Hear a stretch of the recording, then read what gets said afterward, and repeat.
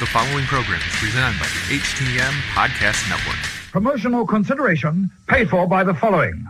StevieRichardsFitness.com. Join the SRF Resistance today. RussoBrand.com. Get the real shoot from the most controversial personality in wrestling, Vince Russo. RatSaladReview.com discusses the latest metal and hard rock albums as well as some trips down memory lane. That's RatSaladReview.com. The Voices of Misery podcast. Support independent media and subscribe at voicesofmisery.podbean.com and follow them on Twitter at Voices of Misery. Isn't it funny how whenever somebody wins a world championship, there's always a standing ovation, champagne, roses, flowers, yet I got a whole backstage area filled with mutes. Nobody can believe that Chris Jericho is the first AEW champion. Pure silence. There's no thank you for Chris Jericho. There's no round of applause for Chris Jericho, but that's okay, because I got my own thank you, because I'm the first AEW champion. Oh, you see that, Bucks? Chris Jericho, the first champ. How apropos, isn't it? Great match, Chris. Yeah, thanks. That's all you're going to say? Congrats, man. Yeah, no thank you from the Young Bucks? Is that what you really want? You just want to thank you? You just won the title. You know what? Even if you did thank me, I wouldn't even accept it. Okay? Congratulations on having Chris Jericho as the new AEW champion. The pleasure's all yours, Bucky boys. This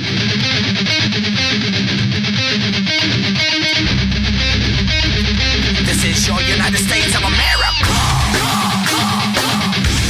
Speak your mind. Cross the line now, say the truth.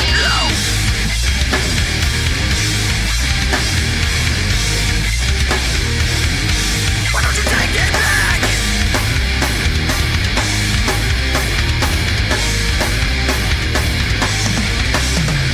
It is Monday, September 2nd, 2019, and you are tuned into the anniversary simulcast of the Hitting the Marks Pro Wrestling Podcast, powered by the Roar Network at thegorillaposition.com. Presented as your Monday locker room from Hameen Media.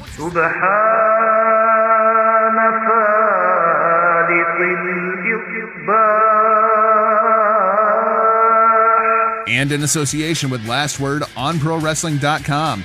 On this week's show, we're going all out, taking a trip to the UK, some New Japan, and of course, your Raw and SmackDown previews. But before we dive in, it's my obligation to remind you this is a podcast by the fans for the fans, bringing you all the news that is news from across professional wrestling world. Find the entire HTM Podcast Network online, hittingthemarks.com, as well as Hameen Media, hackerhameen.podbean.com. My name is Jargo. I'll be your host for the day. That's my tag team partner. He's the man, the myth, the legend, the real RBV. Rick, happy anniversary. It's me. It's that art of the beat of the beat. Rick Vickery. And yes, as you said, celebrating 2 years together. Looking forward to a big third, the big number 3 coming up. But hey, this is such a momentous show. So much going on this past weekend. We had to bring them together for one super show, Hitting the Marks Pro Wrestling Podcast. And of course, where we made our name right here inside the Monday locker room. Jargo put together a hell of a run, and I'm looking forward to reliving this past weekend with you. It's been an absolutely insane weekend. Rick, did you get to watch all of these shows? I was able to take everything in. I know you and I, we're usually back and forth during every show, but it was so busy, so much going on. You had so much record time, so much notes to be taken. We didn't get to kind of go back and forth as we usually do. So for a lot of this, for all of these major events, it's going to be the first time we've really got a chance to talk about them. Yeah, myself and the Andrew Bello, we got together and we did the Hitting the Tea and Crumpets for your TakeOver Cardiff review, as well as myself and Matthew Schaffer-Gage got together for AEW Saturday night to cover All Out. Rick, of course, we had New Japan in there as well. This was an insane week for professional wrestling. And the WWE is such a minuscule footnote at the bottom of this run. 3 years ago when we started this thing, did you ever even think that was a logical possibility? Well, going back, I actually, it was, reflecting about everything that we've been able to accomplish and where we were and the road that we had traveled to, where we are now. I went back and I listened to quite a bit of some of the old material. You go to those early days, they were heavily dominated just, by WWE talk. And, there really wasn't so much going on. And it really, brought into the light how much professional wrestling has changed just in the 2 years that we've been podcasting together. Now we're to a point, on any given show, the WWE, it seems to be down the list, more and more each and every episode as these other promotions are growing and talents are emerging, and we're kind of broadening our horizons and, kind of filling up the plate with some different, eats, if you will, there. But it's pretty remarkable. And I know this past weekend is a perfect example of that. Before we jump into that, I got to give a major shout out. He did an incredible job keeping everyone updated on the latest news across the board, everything that was happening. And that's, of course, William Alcia. He was all over the place with, tremendous breaking news and alerts and updates. The guy was absolutely busting his ass. Outside of yourself, Jargo, he might have been, the hardest working man in the business this weekend. Well, I was just watching it, man. He was actually reporting on it as he was going, which is just astonishing. You can get Will's updates inside the Hami Media discussion group over there on Facebook as well, over at lastwordonprowrestling.com. Those guys had everything covered this weekend. Yeah, they were all over the place. It was remarkable. Anything that you needed to be in with, those guys were on top of it. Also, a shout out to the GorillaPosition.com. I saw Ryan was pumping out a whole bunch of content this week, and then for some reason he took time off to watch some college football. Huckleberry, did you get to watch any college football this weekend? I was able to, because you were recording. I was using that as my college football time. Yeah, I did. I had no time for college football this week. Hey, how did Miami of Ohio fare at Kinnick Stadium? I haven't seen the score yet. You know what? I was going to save that for hashtag HTM Sports. Apparently you got these young, bright kids from Miami of Ohio, our future great leaders from the great state of the OHIO here, one of our higher education systems that we have. And then these bullies, these ruffians, these rednecks, if you will, from Iowa, just coming over and just manhandling them. Yeah, just kind of whipped their ass, didn't they? We also had a big clash here inside the state. UNI giving Iowa State all that they could handle out at Jack Trice Stadium. What games were you watching this weekend, Huckleberry? What was the Llano State University up to this weekend? Well, they handily won. They had Florida Atlantic. They came out with very strong, scored on their first four scores, and then it kind of pulled off the dogs. It was to show a little bit of mercy to the little guys, and you didn't see that across the board. Another big one that jumped out to us because I kind of thought it was funny going in. Duke was having this big campaign. We can silence everyone if we can go out there and shock the world against Alabama, and it ended up being like 45-3. Hey, that was much closer than I thought it would be. So it didn't really silence anybody. I guess, you got the two big ones here. And you'd mentioned Ryan Kay, but over at the GorillaPosition.com. He and I were having a little bit of fun in a discussion thread, putting over Florida State for their first half and how we were just kind of joking, hey, they're going to win the national championship. And then they go down and get, they pull 180 and just get embarrassed in the second half, lose their game. I know another big one is we had Oregon losing. That was not so much of a surprise, but pretty much the season's over there in Oregon, and Tennessee absolutely getting shocked. They had hopes of to eventually moving into the top 25 and all that. That seems that's all out the window now as well. But everything else pretty much went par for the course. You had the big dogs versus the mid majors, and they play out as they usually do. Next week, though, on the slate, looking forward to this one. It's a big battle. You're talking about the big battle there in the state of Iowa. But we've got one that's very personal to me here in Ohio. You've got the university, the Ohio State University, taking on the Cincinnati Bearcats. OSU over strong. Hey, the Bearcats took care of UCLA. Well, that actually is an impressive win for Cincinnati. I wouldn't have called that one on paper. Well, it's actually the second year they've done it. They did it last year as well. They actually went into UCLA last year and took care of business. But this year they had the home field and they held on again to win. If you enjoy this sports talk, you can find a half hour of this bullshit on HTM Sports tomorrow. It'll be recorded 4:30 p.m. Eastern Standard Time. Huckleberry, let's talk a little bit about All Out. That seems to be kind of the buzz of the professional wrestling world right now. Before we jump too far into the show itself, what were kind of your overall thoughts on it? The production, the commentary team, the look of the show. What did you think of All Out? Well, looking at it now and going and what I've been able to read and see some feedback from others, to kind of gather the general opinion, it seems, a lot of people are kind of down on this show. And maybe because, a year ago as we were there and the excitement level that was involved with All In, and even going in, it seemed like that had faded a little bit because this was a much different story than last year. It was, against the world. Can they actually do this thing? The excitement to kind of, rock the ship a little bit in professional wrestling, buck the norm with what we get with WWE. But this was a much different story. This was truly about establishing what All Elite Wrestling is going to be about. I know they've had the other shows, the Double or Nothing, the Jacksonville show, the gaming convention, all that. Those were more of novelty. Just trying to get themselves grounded, figure out what they're doing.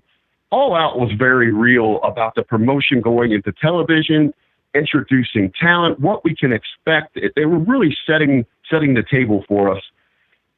In many ways, with their undercard, I think it was a bit of a swing and a miss. But when you get to the meat and potatoes of this thing, I thought they delivered quite well in the ring. Production-wise, things seem to go okay for me. We've seen improvements where they're not continuing to make the same mistakes, and that's a very big positive. And overall, I feel good going into television for this promotion.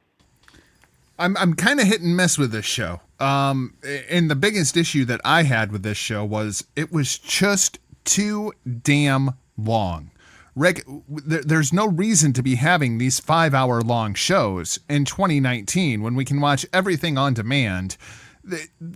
Anything over 3 hours is just too damn long. If you would have gave me 6 matches, if you would have gave me the Women's Battle Royal, Private Party, give me Kenny and Pac, give me Cody and Spears, give me the Lucha Bros, and give me the main event. That's all I needed. Everything else you could have cut from this show and people would be raving about this thing. They put too much filler crap inside of this show.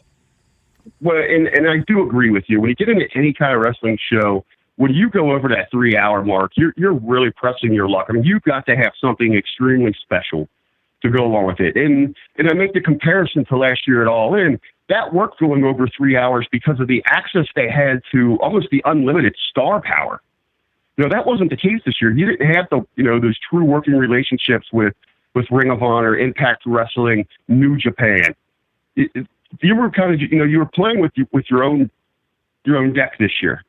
And I understand why that they went to, as long as they did, and they added the matches that they had. It's because that they really needed to continue to introduce a lot of these talents. Now, perhaps I would have gone a different way about this, but I understand why they did it. Maybe they could have used this, some of this filler time, cut some of these matches down, but really hype that people need to be going to follow them on social media, over the course of the next month so that they can learn about this complete roster. Put over how amazing it is and how diverse it is. And it's like nothing you're going to see anywhere else on television. Put over the social media. You've got to be a part of this, but then you're running the risk of, do people actually follow through with that? Can you get them hooked enough to go follow you on social media? Because it's still, you can tell when you're listening to people talk, if it's either in just random takes or if it's in discussion while the show's going on, there's not many individuals that are following the social media and getting those aspects and those stories behind these matches and these characters that kind of lend to why we might enjoy things a little bit more than just, say, your average viewer. Now, with that said, they're trying to get all these individuals in. Maybe they should have waited to television for this thing. And Jargo, also, it came to mind, do you think with the way they're running this system, this isn't, a network. This isn't, where we've got this remodeling system where it's $9.99, you get whatever here. Do you feel like they had to deliver like that so that you had the bang for your buck? No pun intended. No. No, I think because now we have like the perfect comparison, right? Because before this we had TakeOver Cardiff, 6-match card, really, really tight, and every match on the show was good. By comparison, you had All Out. And as I'm just kind of scrolling through the card here, I'm talking about I would have cut Riho versus Haruka Shida. We could have done that on the first week of TV and moved the championship match back by a week. I didn't need the Dark Order versus the Best Friends for a win and a bye into the first round of the AEW Tag Team Tournament. I would have just had this as a tournament match on the first week of television. I didn't need Jimmy Havoc defeating Darby Allin and Joey Janela in the Cracker Barrel Clash, as much fun as it may have been. And I didn't need SCU versus the Jurassic Experience on this show. Just give me Private Party versus the Party Poopers. Give me the 21-woman Battle Royal. Give me Cody and Shawn Spears. Give me Omega and Pac. Give me the Lucha Bros and the Young Bucks. And then give me your main event crowning the first champion. Those 6 matches were the best content on this show. And if you take out all that filler, this card matches up completely with Cardiff. The reason the Cardiff show was better was because it was less. Less is more. Really to speak to the NXT UK show, that brand, and I've been saying this for a while, it took a little bit for, me to catch on with it, for it to grow on me. But it is absolutely, arguably, my favorite thing inside WWE. I absolutely love what they're doing over there. Love the presentation, the commentary, how they handle the characters, the storytelling, the overall booking of it. Absolutely enjoy NXT UK, and you are correct, man. This takeover of theirs, they knocked it out of the park. Yeah, I completely agree. Let's jump into the big stories coming out of All Out. Number 1, of course, Chris Jericho defeats Hangman Page to become the very first AEW champion. And Rick, I thought that this was kind of a foregone conclusion, that everybody was kind of on the same page, that Chris Jericho was the logical choice for this, but that is not the case. Social media has responded, and it seems like this was a very polarizing decision. That I do not understand. I was just wondering if they're looking at the big picture and establishing this thing and realizing, you're getting set for television. You're trying to draw these eyes in it. And as we just talked about, how many of them are following on social media are really getting to know and learn Hangman Page? Jargo, you're getting a lot. Your sample proof is the internet. And we do have to remember it is such a small part of that general audience. So, with Chris Jericho, it's going to bring more attention to your product. I still stand by that 100%. Oh, I completely agree with you. And I think they're more so leaning towards Jericho shouldn't have even been in this match. And if Hangman wasn't ready for this match, then this shouldn't have been the match. One of the big people that's fueling this conversation is Baron freaking Corbin. That's right. Constable Fuckface has taken to Instagram and caused quite a stir with his comments. So for all the shit WWE gets for having older guys go over younger talent, friendly reminder that the current AEW World Champ will be 49 in November. Now, I like Jericho, but keep that same energy. And then Baron Corbin chimes in and he says, all of these smarks have hated and complained about everything we do. Now they are forced to love everything these guys do, even when it's the exact same thing. It really shows how dumb they really are. Now, I've got 2 different takes on this thing, Rick. Number 1, this is not applicable because Chris Jericho is having the best matches that he has had in the last 20 years. And I don't think that there's any question about that when you look at the matchup against Naito, when you look up the matches against Kenny Omega, even this match against Hangman Page. These are much better matches than what he was having inside the WWE. It's not like Jericho's out of shape. He went out there and he went 26 minutes with Hangman Page. They're putting Goldberg over young talent in 3 minutes. Well, I think it's at first when I read this take, when I saw, Corbin's, what he had to say about this thing, my immediate thought was, you effing Marktard. And then I paused for a moment and realized what was going on. It was like, oh, okay, Corbin, you almost got me. You almost had me. Of course, Baron Corbin understands what this is. He understands what's going on. This is him getting some more heat on himself. Yep, that's exactly what it is. He's going and attacking this hip new thing. That's what he does. That is his persona. So, actually, bravo, Mr. Corbin. This is exactly what the Baron Corbin character would say, without any question. Exactly. And, you look at his recent success. You go to WrestleMania, what did he do? He put down a legend like that. Someone that, that was there when Jericho was coming up, that they've shared the spotlight in WWE before. And, and Kurt Angle, when he put him down. That's what he is doing here. He is staying true to his persona. So bravo there. Get that heat. Continue to get that heat, sir. Unfortunately, a lot of people still just don't give a shit. Yeah, exactly. And it's people responding to Baron Corbin. It's just like, you guys, this is exactly what Baron Corbin would say, whether he feels this way or not. This is what the character of Baron Corbin would say. This is absolutely great stuff. I have no complaints about this. So now the big question, though, is who is going to challenge Jericho on October 9th? Because, Rick, it's already been announced that the AEW Championship is going to be defended on October 9th, with Kenny Omega losing to Pac on this show. There's a pretty short list of people that I want to see challenge for the championship right now. Well, yeah. Could we possibly maybe get someone outside of that top tier? Would it be that crazy to see one of these other younger talents maybe given an opportunity here? The name that I pulled out isn't necessarily a younger talent, but I think he's kind of perceived that way just because he hasn't had a national spotlight forever. I think it's going to be Scorpio Sky. Jericho said in his little post-match tirade, Scorpio Sky, yeah, you're never getting a shot at this. I want to see Scorpio Sky versus Chris Jericho, and I think that would be a really good match, and Scorpio would open up some freaking eyeballs. I didn't really think about that, but I did want to bring that up. It's, we were talking about if you're following them, through social media, whatever. Hey, make sure anyone out there that's listening right now, make sure you go to the All Elite Wrestling YouTube page and check out the post game.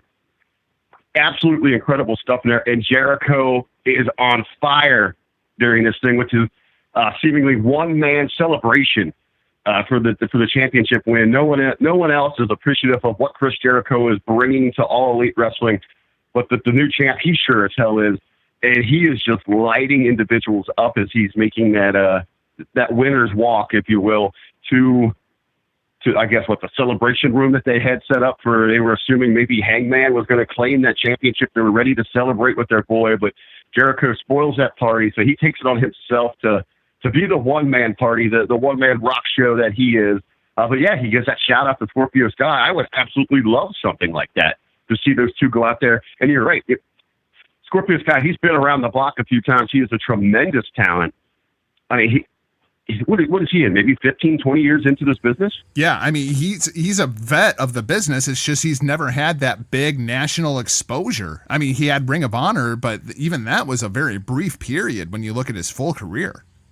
Well, talking about how long he's been in the business, I remember the first time that I got a taste of him. It was going all the way back to Wrestling Society X, and how long ago that was. Yeah. He was a big part of that show. To see him kind of get the spotlight very early with AEW TV, I mean, I think that would be tremendous. And I think I'd like to see something different than what people are expecting. Or do you think maybe the viewers are overly expecting one of those big names and you have to deliver early? I don't know who there's nobody necessarily primed for that spot right now, unless it's Cody. And if it's Cody, people are gonna freaking riot. I mean, I even saw it on Twitter and on Facebook during All Out. People were pissed that Cody won this match. Yeah, and that made more sense, because they're not looking at the bigger picture, what's happening here. That was part of the story in a feel-good moment there. It's not about Cody trying to put himself over, trying to be, in that perceived Triple H position. That's not what it is at all. It made sense there because you have that huge freaking pop, that spot with Arn Anderson. What are you gonna pass up on something like that? And then even if you do, you go through with Arn, you're gonna ruin it by having Cody get defeated. I mean, people are buzzing about that Arn Anderson spot, and that would be completely tarnished had Cody not been able to follow through and win that match. It just made perfect sense there. I do agree Cody shouldn't be put in that spot on the, for that championship opportunity on television. The other name that kind of comes to my mind if he's cleared, but I kind of want to stay away from former WWE guys, would be Moxley. Yeah, and it feels like there's much more of a story going on between Moxley and Kenny Omega than there is anything between Moxley and Jericho or Moxley's pursuit of a title. And if wins and losses matter, Moxley hasn't even had a match in AEW yet. Could you go back and give Hangman another opportunity and then get Pac involved? I mean, I guess you could. I mean, we did see Hangman and Pac get involved in the post-media scrum as well, with Pac coming in and interrupting Hangman's press conference. That obviously is going to continue. And I assume that match happens at Full Gear, November 9th in Baltimore. Yeah, I mean, I think that we're going to continue building towards that. That's going to be a big marquee match for that event. Yeah, absolutely. I'm looking forward to that match. That's the match that we got robbed of at Double or Nothing. Yeah, I mean, I think it's a good problem for AEW. There's a number of directions they can go in, and it's going to keep people guessing. It's just so hard when they say that, championship opportunities are going to be determined by win-loss record, and wins and losses are going to matter. And we have such a small sample size right now that, Kenny Omega is 1-2. Cody has the best record. He's got to be 3-0 now? There's just not a big sample size to be determining championship opportunities. Well, and I think, taking that into consideration, Jargo, I mean, don't we give them a little bit of leeway early on, to not hold so true to that? Well, and that's what I'm thinking. Maybe they just say, okay, Jericho, you get to choose who it is that you want to face. And Jericho just picks somebody like Scorpio Sky, thinking that this is going to be a cakewalk. It's going to be, absolutely no problem. I can go out and I can beat Scorpio Sky in 5 freaking minutes. And then Scorpio goes out there and gives him all he can handle for 15. Well, and then we also could get a bigger surprise announcement. We could open up that show with, say, like a contenders match or something. And then whoever wins gets to go on later that night into the main event. Well, and we also have TV a week before. A week before is actually the debut. The championship is on the line week 2. Okay, so we could do something. We could do some business there to get a contender. Yeah. To get a challenger. Yep, absolutely. They set up a lot of business going forward out of this show that for some reason just seemed like it went over a lot of people's heads. People were like, there's no storyline involved here. And it's like, are you crazy? There's storyline all over this show. I kept seeing that there, and that's what just makes me believe that people are not taking the time to go find this on social media. Maybe they're just not aware that it's actually there. Well, and it's like we want them to have stories, but the TV starts in October. So how else are you going to get the stories if you don't follow it on social media? Like, you can't have it both ways. And it's kind of the same thing with Cody winning that match. They're like, why is Cody winning all of his matches? And then in the same breath, they're like, why is Omega losing all his matches? They're both executive vice presidents. I'm pretty sure the Young Bucks don't have a winning record at this point either. I mean, they got to be flirting right around it. But she said it's such a small sample group because they've only had a handful of events under the true AEW banner. But we can't be like, well, why does Kenny Omega not have any wins on one hand when that's clearly the story? And then we have Cody, who's sitting at, 3-0. Well, why does he all he does is win? And it's like you're holding these guys to a different standard, and I don't understand it. They're the same person. They have the same title. It's crazy. It's like we have Cody in this Triple H role. And guess what, guys? So are the Young Bucks and Kenny. Like, it's not just the Cody show. And for some reason, people seem to think it is. Well, he is that one. He does have more of that business presence about him, and he's usually there at the forefront. He's kind of leading the way. He's the most outspoken one. So, of course, he's going to kind of have, that spotlight put on him. And if that's the case, then is he not the right person to challenge Chris Jericho for the championship right now? If wins and losses matter. Like, he's the only guy that's on that level right now, to me. I completely agree with you. And my objection to that has nothing to do with his position inside the company, I do think that they should try to stay away from those former WWE guys for this first time out. Yeah, it absolutely presents a whole string of problems. But as I'm looking at the booking, I'm looking at the stories being told. I mean, they've already started laying seeds for Jericho and Cody. That just seems like the logical program going forward to me. I actually think with that match, that's what you should hold off for that pay-per-view in Baltimore then. Yeah. You need some time to like really heat that story up on television, because those two, when it comes to storytelling, those guys will absolutely kill it. And I think we're going to have about 6 weeks to build that story. I think that Cody and Jericho could do a fantastic job. And the other thing is, Cody can take that loss and it doesn't destroy him. I mean, I expect Jericho's going to hold this title for a while. So, you know, he goes through guys like Cody, and then he goes through somebody like Hangman. And by that time, you know, we're into, you know, January, February, and that's when you start the Omega program.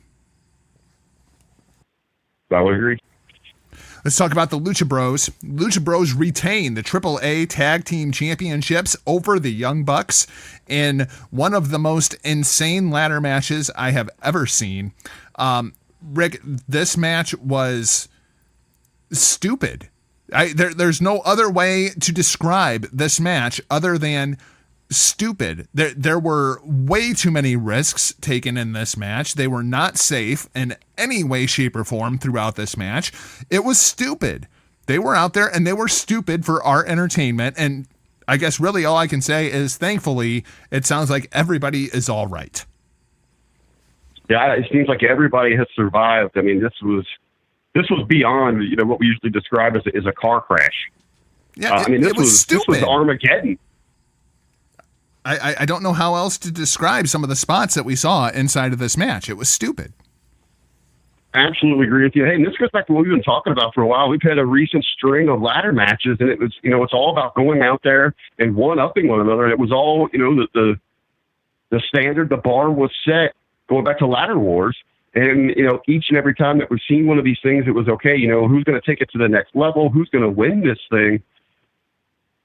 Well, no shit, and these guys went out there and gave everything to take this thing to the next level, and it became absurd for a match. Is it overexposed at this point? Like the ladder match gimmick, is it just overexposed at this point? Like, I feel like if I didn't see another ladder match for a year and a half, I'm good with that. Oh, I agree with you 100% there, Jargo. It feels like we're getting one like every 6 weeks from, you know, a different promotion in a major show. Yeah, and it doesn't mean nearly as much as it really should. Then we see the appearance of what I am calling the Dead Presidentz.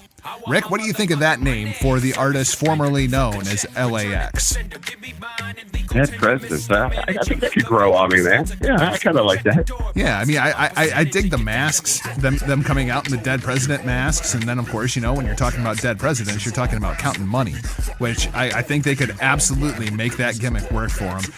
So now we know LAX is in AEW, and immediately, I don't want to hear any more talk, any more debate over who has the better tag team division. The answer is AEW. Oh, hands down. I don't know who could even present an argument against that statement. Oh, I've seen arguments about that statement. Yeah, you see arguments about anything, but do they make sense? Or are they just coming from nonsense Mark Tarps? Shout out to Jimmy T. And I'm also good with the Young Bucks and the Lucha Bros. Rick, this is the 6th time that we have seen this year. I don't need to see this match again for a very long time. I really wish they would have kind of built this thing around as, okay, this is it. For this chapter, who is going to claim this victory? Because these guys they've been raging war around the globe for a while now. And you say, how many times did you say 6? 6 times this year. And that's just in standard tag team action, correct? It's not like all the 6-mans and stuff that we see? I'm not sure. That's a stat that they gave out on the show. I'm not sure. Okay. So because it feels like a lot more to 6 than me. I feel like, you know, we're talking about ladder matches. I feel like I see this match every week somewhere. Yeah, I mean, because we've seen this match a couple of times in AAA, and Now inside AEW 2 or 3 times. You talk about overexposure, but you know what? It has been fun. I mean, this has got to be, one of the feuds of the year candidates. I mean, not maybe, it is, right up there for feud of the year. I wish we would have gotten maybe where we would feel nice and a little warm knowing that they're gonna wrap this thing up for a little bit. I'm afraid they're not, though. I'm afraid that what they're going to do is a triple threat. Is end up taking this thing right into their own division? Well, because with the Dead Presidents come out, right, and they attack the Young Bucks, but they also took out the Lucha Bros. So, I'm just terrified that this thing ends up a triple threat. And I don't necessarily want to see that at this point either. I would much rather just have, and I mean, not like we haven't seen LAX versus the Lucha Bros a million times thanks to Impact Wrestling in the last year, Right. And that's a problem with the Lucha Bros, because they've been working everywhere. And, tremendous for them. I mean, they are absolute workhorses, but the overexposure, between, just for even television, outside of the indies that they're on every weekend. But hell, I mean, we've seen them in MLW, Impact Wrestling. We got them now in AEW. I mean, these guys are everywhere. And that's great that they're getting the work, that there's the demand for them. But you get to a point where, you can only take so much before you just start to become numb to the style and their matches, where you're not actually being wowed anymore by what they got going on. And then you get to the point where you even kind of tune them out a little bit because you've seen the same act over and over. I think they got to get the Lucha Bros away from both of these teams for a little bit. Let them worry on something else. Get something else going. This tag team division is deep. There are other teams that they can get into programs with. And, of course, you got the bigger dynamic is the tournament. What's going to happen there? You had mentioned, Jargo, about LAX attacking both teams. That doesn't necessarily have to transition into a triple threat because we did see that with Moxley. I mean, he attacked Jericho and Omega. And then the focus just became Omega, but it left, it planted the seeds for issues with Jericho down the road. Valid. Right now, who are you leaning towards to win the AEW Tag Team Championships? At this point, I think the team that's going to probably gain the most from it and will help the division is I would absolutely go with LAX.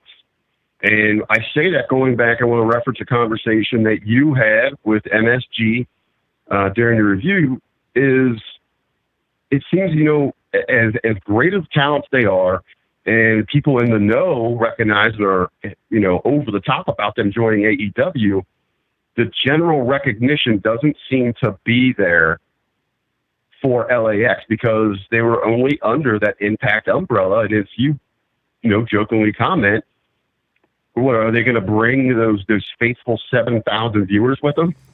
Yeah, I mean, and that's no disrespect to anybody. It's just nobody's watching Impact right now.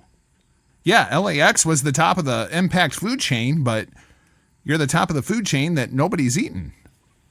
Well, yeah, Impact Wrestling is putting on a tremendous product right now. Great programming all around. They've got some great things going on. And as you said, it's not an insult. It's not an attack on anyone. It's numbers. Those are facts. They don't have the viewers. They don't have the exposure right now.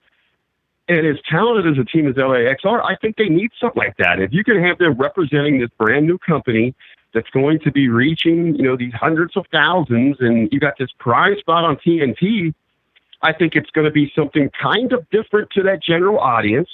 And it's really going to elevate them and kind of, put them a little ahead of this war that we've seen where we assume that this thing is going to have to be carried by the Bucks and the Bros. Yep. I like it. Dead Presidentz for AEW Tag Champs. Cody defeats Shawn Spears. We talked a little bit about it there earlier. What did you think of MJF as Cody's second? Again, everything he touches is gold, man. Everything. And again, we're talking, everything that Cody's been involved in here, it's heavily driven by storyline, and you have to pay attention to every little detail because everything is moving something forward. And that's something that I don't get, what Cody's catching some of this heat. Why is he winning? Why is he in these spots? Because he is so good at what he is doing. I mean, this is in his blood. It's in his DNA. This is what his father did. They get you invested. You're on the edge of your seat because of the storytelling. And now in this match itself, you're focused on what's going on with him and Dillinger, but there's other things unfolding. And the more, I guess, dedicated towards Cody and loyal that MJF is, man, you get more involved in it. You get more involved in that, and you're intrigued to see how this thing's going to unfold. I mean, can this thing coexist? Or eventually, are we going to get some kind of jealousy, going on? Are we going to get, the Caesar and the Brutus, deal? As you look up and down this card, the only explanation that I have for Cody winning this match is this was a heels over strong card. I mean, when you look at it, the baby faces didn't win any of these matches, unless you want to call the Lucha Bros, SCU. Is SCU really a baby face? This is the worst town they've ever been in. Well, and you look at the matchups. They're taking on these lovable characters with SCU. Right. You got Marco Stunt, the ultimate underdog. You've got the fun. What me and you have gravitated towards. We absolutely love Luchasaurus and Jungle Boy together. I mean, those guys are supposed to be the fun, endearing trio, right? And SCU's out there insulting the crowd. They're doing their thing, even though they're getting the pop. We saw it last year in Chicago. I mean, everywhere. SCU was over like gangbusters. Yeah, it was ridiculous how over SCU was in Chicago last year. But, getting back to this Cody thing, I think, Cody going over here, and it looks like it's from multiple angles. You don't want to taint that Arn Anderson spot. You don't want to ruin that. Well, that's the thing, right, is Sean Spears has an out. He was hit by the best spine buster in the history of the business in AA Arn Anderson. In a loss, Spears doesn't need. Sorry that I called him Ty Dillinger before. Spears didn't need this win. That's an insult to him. We don't want to insult people here. He's a tremendous talent. Spears didn't need this win. In a strange way, taking a loss like this is going to fuel that hate and that desire to go after Cody and to dominate this promotion even more. This makes him a much more dangerous man than he even was before. Yeah, I think they can absolutely keep this feud going. And it all around, even with Tully, to have Arn. I mean, Tully was always the third of that group. It was always Rick, Arn, and then him. And if those two were a tag team together and he had to sit in the shadows of Arn Anderson, man, this has really got to sting. This is going to drive the hate in both of them. I think they get more out of this loss. Pac defeats Kenny Omega via referee stoppage. Rick, I had this at probably about 3.5 stars, and I feel like it's a disappointment because people had this match built up in their minds that this was going to be the match of the year, and it just wasn't. I mean, these guys had no story really going in. It was a 10-day build. It felt kind of sloppy at times. What did we expect? It was like people just expected these guys to go out and have a 7-star classic. And when it was a 3.5 star good match, people are disappointed by it. Well, I think, this is another case of people not really understanding what they're watching here. And like you said, they have a very short build. Is this the first time that they've ever hooked up inside the ring? First time they've ever touched one another. First time ever. Short notice. They're not really invested in this thing because he's a replacement. I think they went out there and did an incredible job for what, considering the circumstances. Now, my question to you, because you've been watching Kenny Omega now for a couple of years, and you know how good Kenny Omega is. We saw Kenny Omega screwing up spots inside of this match. Or was he? Do you think Kenny Omega did that on purpose? Because he's so focused on Moxley that he was trying to wrestle Moxley. Well, I do. I love that you mentioned Moxley, and it goes back to because we were so invested in that match. I mean, that was right up there. I would put that when you're talking about getting people emotionally invested in something. That was right up there with the Cody and the Spears match. Would you agree? Oh yeah, absolutely. Okay, so as great as we expected Pac and Omega to be, or other people's expectations going through the roof here, it still takes away a little bit because you were so ready for Moxley and Omega to just go out there in a blood feud of sorts and just go out there and destroy each other. It's not saying that there was anything wrong with what we got, but we were expecting so much more. So, yeah, that's going to take away from a little bit. And I love what you just mentioned there. I didn't even consider that. You know, it's like when we really dive in and look at what's going on here, is Kenny so good that he understood that? Like, is Kenny so good that he wrestled like shit on purpose? Like, did he go out of his way to make stuff look like he fucked it up? Because his mind's not there. Because I could see him doing that. Well, and then, you know, that kind of lends to the finish. Yeah, it absolutely does. Like, I could see Kenny Omega thinking about this that deeply because it's Kenny Omega. Well, look at how things change when there's a shakeup in a roster or like in a game. Look at like something, you know, kind of similar here. We're looking at the Vegas odds to win a Super Bowl. In 1 week's time, did you see how everything changed with the announcement that Andrew Luck was out? Yeah, the Colts went from like 6-1 to 16-1, I think it was. Yeah, and so even inside like of a game, like say you're getting ready for a big game like the Super Bowl, and you have spent, you know, a week and a half, you know, in that preparation, getting ready for quarterback A. And he's a pocket passer. He's one of the league's best. He's a Pro Bowler, and your defense has been ready for that. And something comes up, some freak accident comes up, and now they're bringing in their backup, who's a scrambler. That throws you completely off your game plan, and you don't have time to regroup for that, right? So you're gonna make mistakes. You're gonna give openings to that run first option. That's what happened here, man. I love that you brought that up. That is brilliant. Kenny is just so crisp. He was off. And I almost feel like, because I went back and I rewatched this match and I'm like, is he doing that shit on purpose? Because like there's one of those like famouser moves that he goes for that he jumps like, I don't know, 6 inches over Pac's head. And it's like, there's no way that you accidentally over jump him by that much. And I got to thinking, did he do that on purpose just to make it look bad? I think you're right, man. Is that why that was the second match on the show? I mean, because he knew it was going to be a disappointment? It was by design a disappointment? I think you might be right. It's interesting. Other results from the show. Nyla Rose wins the 21-woman Battle Royal to qualify for the AEW Women's Championship match on October 2nd. Also inside of the Battle Royal, they set up Bea Priestley versus Britt Baker. That's the match that everybody wants to see inside of the AEW Women's division. Also had Allie going right after Brandy Rhodes. We get Mercedes Martinez. Huckleberry, I freaking called it. They listened to me. They were like, Jargo really likes Mercedes Martinez. Maybe we should bring her in. As soon as she came out, she was my fucking pick to win this thing. So I was going with who I had called to win this thing. We had the discussion, you know, who should be put in this position, who should be given this opportunity to be the first AEW Women's Champion.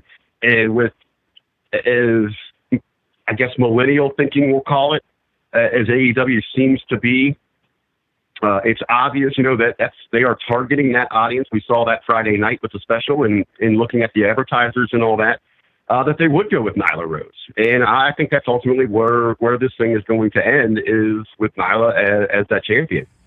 Of course, we also saw Riho defeat Hikaru Shida, and she will face off with Nyla Rose on October 2nd in the TNT debut for the AEW Women's Championship. It's the biggest girl on the full-time roster versus the smallest girl on the full-time roster. Rick, I called this one wrong too, because I thought for sure Hikaru Shida was going to win that match. Yeah, as it was kind of going down, I thought that way as well, but I go with Rio. Private Party defeats the Party Poopers, Jack Evans and Angelico. Rick, I read something interesting earlier. I think it was on Bleacher Report. In their review of the show, said that after this match, Jack Evans and Angelico turned heel.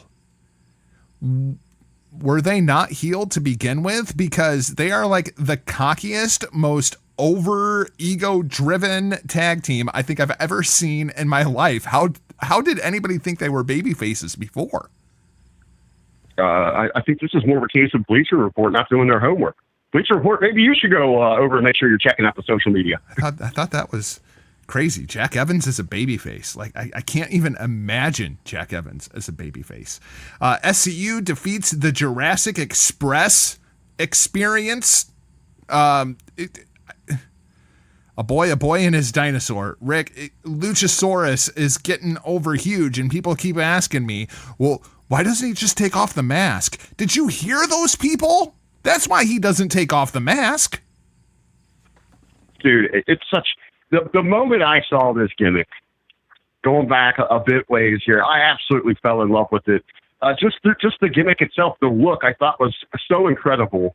Such, kind of a throwback of sorts, like a truly a lucha evolved, if you will. And then to see him get in there and actually go inside this ring, you want to talk about incredible talent, so much upside. I think at some point, they're going to have an absolute star on their hands with Luchasaurus. I still feel that way about Jungle Boy as well. I'm still not into their little dog Marco Stunt though. That's where I draw the line. Jimmy Havoc. I actually was watching with a small group and had some people. Kind of we're out and about. I went out with listener of the show and good friend of mine, Kevin Mize, and we went to a local bar and we were sitting there watching, had everything set up, and people start, go, what are you guys watching? Oh, that wrestling? Oh, that's something different. And that was kind of cool too. People were asking questions. This isn't WWE. They're asking what's going on, and they were kind of into this thing. And Marco Stunt, it was almost. I kind of felt the same way. Not to the full extent, but almost when I would be out and about watching professional wrestling, and New Day would come out with their act. And, people that were outside that were unfamiliar with it, that maybe had forgotten how fun professional wrestling can be, or, the different dynamics of it. It was a little embarrassing, the looks, the looks, and like, wait a minute, if that's actually a professional wrestler that actually signed this guy, he's actually going to compete. It kind of felt like that. Then we have Jimmy Havoc defeats Darby Allin and Joey Janela in the second annual Cracker Barrel Clash. Rick, did you enjoy this match or did you hate this match? Well, I took it for what it was, so it was okay. I didn't get overly invested in it, and like you said, it was a lot of fun. This is one of those matches that you were talking about where maybe they went a little overboard. I could have done without this thing. I feel like each and every one of these shows they're just kind of throwing together. It's, on this mid card, it feels like a lot like how the, promotions usually handle the women's divisions. Let's just throw a bunch of them together. I feel like we're getting these out of nowhere triple threats on every show. Now, what I do want to see out of this match, and I know he didn't pick up the win, I want to see Joey Janela in a national marketing campaign for Cracker Barrel. That's what I want to see. This is kind of becoming his match.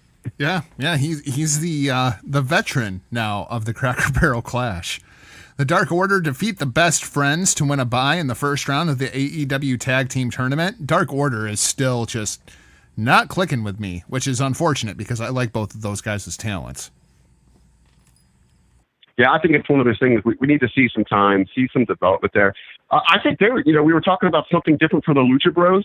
I think that would be a tremendous little program. I think that would maybe help elevate them and get them back on track, if you will. Yeah, I could get behind that. So let's go ahead. Let's talk a little bit about TakeOver Cardiff, and then we'll take a break. Come back and talk some New Japan and WWE. TakeOver Cardiff. Rick, like I said earlier, I thought this was just an insane show. I thought every match delivered on this show, top to bottom. But my biggest issue with this show is the goddamn WWE Network is just awful since this new update. See, I didn't have any of those issues. I wasn't watching through the network. I actually had streamed this thing. I'll go ahead and admit my sins. Forgive me for I have sinned, WWE. I was watching through an outside stream. I didn't have any issues with that. I didn't have any lag or anything like that. It ran fine for me, but this was hands down, my favorite show of the weekend. I thought this was a really, really good show. Noam Dar defeats Travis Banks to kick things off. Rick, I told Bello, this felt like your standard New Japan junior heavyweight start-off match to me. Well, I thought it was a good starter. I could see we make that comparison now. I didn't think about the time, but I thought it had good pacing. It got the crowd lit. They were popping for this thing, as we've come to expect from these takeovers, it'd be with the original NXT or the UK. That first match is so important in setting a pace for the evening, and these guys went out there and absolutely delivered. Thank you, WCW Cruiserweights, for that life lesson. Let's talk about Cesaro and Dragunov. I really like this Dragunov kid. What did you think of seeing Cesaro inside of the NXT UK kind of atmosphere? And can we do that with Cesaro all the time? I agree with you, Jargo, man. Hey, I absolutely popped to see him a part of this show, understanding what it was. I mean, because this is the norm. We get that familiar face. They feel they got to bring somebody over. But it was great to see Cesaro here, man. You kind of got that vibe from him. That's what you want, like on the regular, from the red and the blue. It was like a completely different Cesaro. Like you actually had faith. There was like this fresh life that had been breathed into him. You had faith in him there. You saw the greatness within him, and going out there, an incredible match. Yeah, and it was the same thing with Finn Balor versus Jordan Devlin. It's like once you walk into an NXT UK takeover, they take the cuffs off and they're like, okay, you can go do what it is that you want to do, and then when you come back, we're going to put the cuffs back on and send you back to Raw. It's kind of like you get like that work release from prison or something like that. Or you get that 1 day pass. Yep. You go out there and relive your old life, see your family and all that. You get that 1 day pass from prison, but then it's right back. It's right back to the hole. I got heat with the Welsh people, man. I got heat. I don't like the people of Cardiff. I don't like their stupid chants. And I certainly do not like the new NXT UK Tag Team Champions, Mark Andrews and Flash Morgan Webster, Cardiff's own, defeat Gallus and the Grizzled Young Veterans. This match was absolutely fantastic. I don't like triple threat tag team matches in any way, shape, or form, but this is one done right. I think they did a tremendous job here. I mean, the pacing was great, and you didn't see that there wasn't like it didn't turn so much into a match, matches within a match that we usually see inside the triple threat. They kept you interested. They kept moving. One of the spots that really jumped out here to me is the suicide dive through the middle rope into a doomsday device onto the outside. Suicide doomsday. That was definitely probably my favorite spot of the weekend. That was just absolutely insane. There's also a slingshot destroyer that Flash Morgan Webster pulled off that just blew my freaking mind. Then we had what I assume anyway was your favorite match of the weekend, Huckleberry. Joe Coffey defeats Dave Mastiff, last man standing, in probably the smartest finish to a last man standing match that just fell flat for the audience in attendance. Like, they didn't understand what happened. It looked great on TV. It was genius by Joe Coffey and the agent that laid this thing out. What did you think of the last man standing match? Well, you nailed it.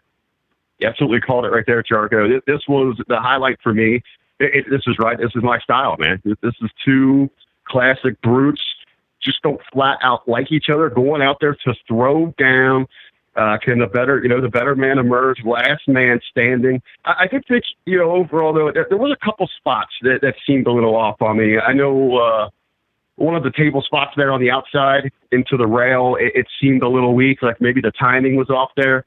But I'll forget those things. I never pretend to be the technical genius or anything. That's not my MO. It's not why I'm talking this thing. I look at other things here. This was a match I could just sit back. I kicked my feet up, sipped my beer, and just absolutely enjoyed it. Yeah, if you enjoy two big dudes just beating the ever-loving crap out of one another, this was definitely the match for you. And I want to see Joe Coffey versus Walter.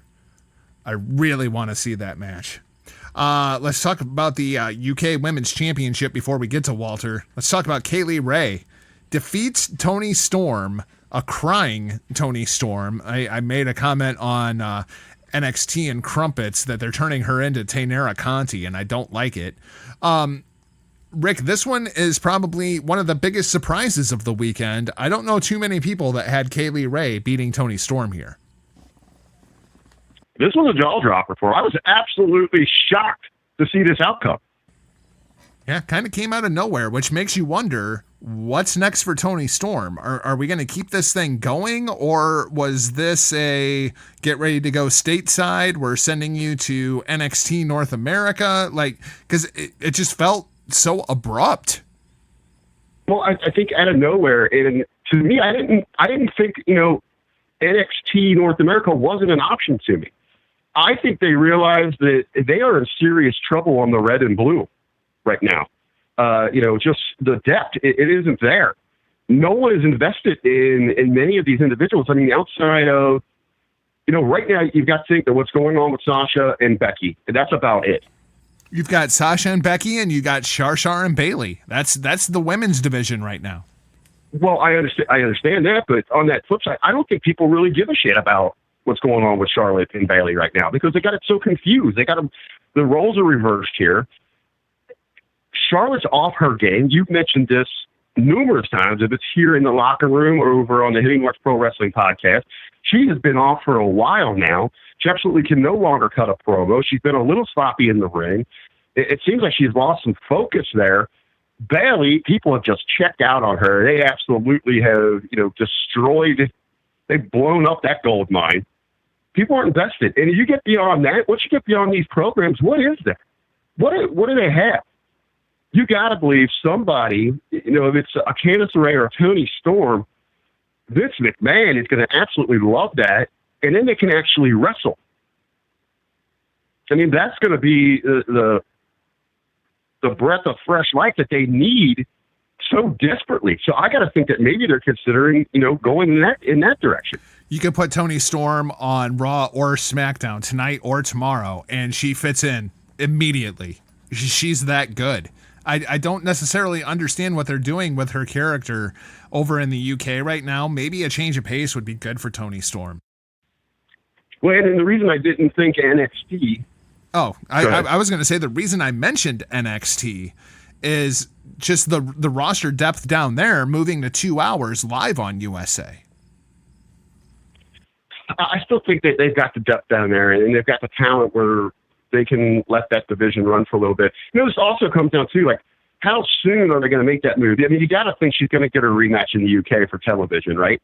So we've got a couple of weeks before a move is actually made. It's not like we're expecting to see her tonight or tomorrow anywhere. So maybe, so maybe when she goes to, maybe the plan is that Baszler finally gets the move, because of the TV and all that. And they want to utilize her. So they're going to maybe move Storm to that NXT to, maybe challenge. The reason I stayed away from it is because we've got a great program already at the top of that division, going forward with Baszler and Ripley. Yeah, no, that's true. And then we also have the sub program going on with Candice LeRae and Io Shirai. So I guess those two programs are enough to at least to get into television. Let's talk. Right. I was going to say, let's talk about Walter. Walter is still the WWE UK champion, outlasting Tyler Bate, the big strong boy. Rick, this match went like 40 minutes. 40 freaking minutes. And it really only needed to go like maybe 20, 25. Yeah, I agree with you. It seemed like they could almost just cut this thing in half. It would have been just as effective. It was good. Don't get me wrong. It was good. But it just... I liked how they had Bates looking strong in this thing, even in defeat, but I think at times it went a little overboard. Yeah, and Bello brought up that it was a very New Japan style match, and I didn't feel that way at the time, and then I went back and rewatched all 40 minutes of this match. This was not a New Japan match. New Japan matches there's a structure to it. It starts slow and it builds to this huge crescendo at the end. This thing was up and down and up, and this was an emotional roller coaster that you wanted to take a nap after 20 minutes and then went for another 20 minutes. Yeah, I mean, this thing, as you said, it was a roller coaster. I wouldn't compare it to anything I've really seen in New Japan. I think you're exactly right the way you laid it out there, Jargo. It's, if you would have just shortened this thing, get about that 25-minute mark, that's where you climax. That's what really sells it. I probably have a much higher opinion of this main event. Yep, I completely agree. So what's next for Tyler Bate? Bello seems to think that Tyler Bate may be joining his British Strong Style cohort Pete Dunne over at NXT North America, because it sure did feel like a send-off. Has Walter finally rid the UK of British Strong Style? Wow, I mean, you talk about something to kind of hang your hat on. Bragging rights there. I mean, that's pretty impressive, isn't it? Imperium is not to be messed with, man. I like that faction. Very nice. Now, the big question is, so what's next for Walter? Because, Rick, when you look at the NXT UK babyface singles men's depth chart, it's pretty shallow right now. Tyler Bate, obviously, at the top there. Pete Dunne has moved on. Obviously, Jordan Devlin is still in the mix. Travis Banks is basically a loser at this point. And that's pretty much it. Well, as you just said, coffee. Yeah, and there's a lot of people that seem to think that Joe Coffey is a heel, and Joe Coffey's not a heel. Joe Coffey's a good guy. He just wants to rule his kingdom the way that it's meant to be ruled. This is the same mistake that people make with Darth Vader. Darth Vader was the babyface. Yeah, you just had these annoying little gnats that kept messing with him. Yeah. If people would just fall in line and quit screwing around and just let Joe Coffey rule NXT UK. I do like Gallus versus Imperium, though. Yeah, I like NXT UK being so down on their luck that they come to Joe Coffey and they say, we need you to get rid of Walter. Because he's really the only guy. Dave Mastiff, obviously, is another choice that matches up with Walter physically, but Jordan Devlin? Walter looks like he could eat Jordan Devlin. Yeah. And that's the trick that they kind of got themselves in the corner when they went to Walter so soon. Yeah, is okay. That was a great moment. You've got this just complete monster of a champion here. But where do you go with this? And I guess you're going to try to line up as many people and push him as far as you can until you get that ultimate moment. Hey, you were talking about someone you'd like to see extended stay in NXT UK. I mean, how about a good little program with Cesaro? Ooh, I would love to see Cesaro and Walter. I would love to see that matchup. And before anybody starts screaming at me about Trent Seven, Walter already beat that old man up. Like, come on. Let's be real about things. Trent Seven? No, not happening. So let's go ahead. Let's throw things over to a word from our sponsors, and we will be right back on the other side. We'll talk a little bit about Royal Quest, get you your results. We also have some big New Japan announcements that were released this morning. And then, of course, your Raw and SmackDown preview. We'll catch you on the flip-flop. Hey, are you tired of hearing the same old mainstream rock and roll and metal bands? Do you like the mainstream rock and roll and metal bands? Well, guess what? Rat Salad Review talks about both, so you're in luck. Join hosts Wayne Noon, Greg Noggle, and Uncle Saxon as they discuss the latest metal and hard rock albums, as well as some trips down memory lane. Rat Salad Review also discusses the latest rock and roll and metal news, interviews, albums versus albums, contests, and whatever else is on their mind. Of course, with Uncle Saxon having the mic and a story to tell, you never know what's going to come out of his mouth. So check out ratsaladreview.com. Search Rat Salad Review on YouTube, Twitch, BitChute, iTunes, Spotify, Stitcher, and let's get metal!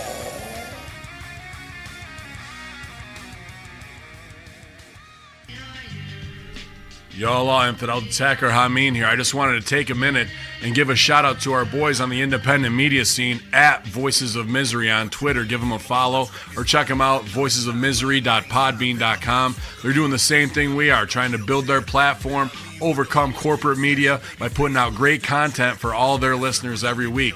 So check them out. Again, Voices of Misery, wherever you get all your content, iTunes, I'm sure they're on Stitcher, Spotify, wherever you guys get it. Listen, because they're hooking us up all month long. All the content you hear at Hacker hackerhameen.podbean.com is because they sponsored us this month. So do us a solid. Go back over there. Let's all support each other. And we're going to overcome together this corporate media that is so bunk that none of us want to listen to it anymore. So YOLO, infidels. That's not a ask. That's a command. Hacker Hameen says you will follow at Voices of Misery, or else I'll put some misery in your life. YOLO.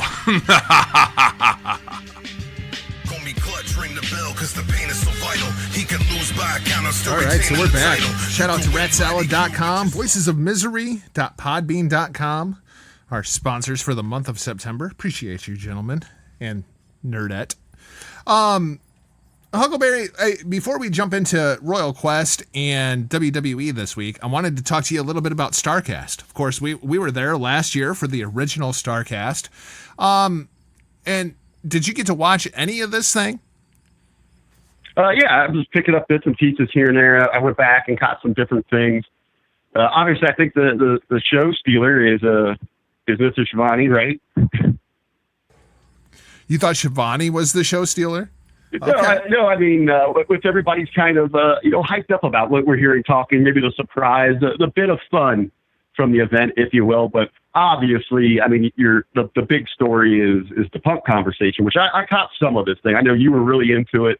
I checked out on it to, make sure that I was up to speed. I wanted to be there in real time with NXT UK, but you followed through with it, didn't you? I followed through until the Q&A started. I can always go back and watch the Q&A, but I was curious about the interview. I was curious what Punk was going to have to say. And I think really the most important thing that came out of it was that Punk wouldn't not take a phone call from Vince McMahon and Triple H. That's got to be the quote that everybody is kind of buzzing about. Rick, do you think that there's any chance that phone call is going to take place? Because even in watching it, just my initial feeling in it was that was Punk calling their bluff. Well, I think, again, Punk is very masterful in how he handles his business and how he presents himself. So, if he has some kind of, some insider there, where WWE said, they would work with anyone, they're open to different things. And they've always kind of painted, this picture where the ball's in Punk's court. Well, he just kind of, it's a volley back to them. Yeah, absolutely. So now it's not like he's completely walked away. He would, forever turn his back on that fan base what's inside the universe. He's put it out there. Hey, I would be open for talks. You also got to believe too. Like him or not, he's been a pretty wise businessman, and I mean that's kind of obvious in what we've seen, that he was able to walk away, and where you see so many people could potentially crash and burn. He sustained a great life. He seems to be doing fine. Tremendous marriage. He's got to go out and explore some different options, chase some dreams. Especially with MMA and all that, kind of being at the forefront of that. He's been doing pretty well for himself, but he's always looking to better position himself. And who is it in life? And when you see all this money being thrown around that they have to spend right now, and how much they are relying on past stars to draw numbers, if you're someone like CM Punk, you want to cut of that pie, don't you? You would think. I mean, especially with the Saudi money going around. I mean, I think it's worth a phone call. Even if it's just for Punk to tell them to go fuck themselves, Well, no, even at that point, if you can come to some sort of deal with anything, to just go do one of those Saudi shows, I know they get so much heat for it, and mainly from you. Well, yeah, of course. I know, but realistically, if you're one of these talents, I mean, there's no way in hell you turn down a payday like that. $2 million for 15 minutes. That's what you get. That's a going rate for CM Punk. I also thought the Cody and Tony Schiavone interview was really, really good. Very much enjoyed that. Let's talk about Royal Quest. Kind of run through some of these undercard matches here, get the results out of the way. Roppongi 3K defeat a couple of young lions, Ren Narita and Shota Umino, as well as Taguchi. Juice Robinson and Kota Ibushi defeat Hikuleo and Yujiro Takahashi. Robbie Eagles and Will Ospreay pin the defending tag team champions of the junior division, El Phantasmo and Taija Ishimori. We'll talk about that more here in just a couple minutes. Sonata and Naito defeat Chase Owens and Jay White. And then we get into the big matches, Huckleberry. God defeat Aussie Open to retain the IWGP Tag Team Championships. I thought this match was really, really good, man. Aussie Open came out and certainly made a name for themselves inside of the New Japan world. Yeah, this was one of the matches that you were looking forward to going into this weekend. You knew this was going to be good. You wanted to see how the Aussies were presented here. I think actually, absolutely, they went out. They have to be one of the groups that have emerged from this weekend as they got to be on everybody's radar. These guys are going to have a bright future, and they're going to open a lot of eyes, and a lot of people are going to be able to, begin recognizing who they are. And most importantly, they look like they belonged there, which is something that Robbie Eagles struggled with when he first got to New Japan Pro Wrestling. He just didn't look like he belonged in New Japan. These guys absolutely showed up. They showed up and showed out. Very impressed with Aussie Open. Kenta defeats Tomohiro Ishii to claim the Never Openweight Championship, but that's not really the big story. The big story is Kenta rushed to the hospital after this match.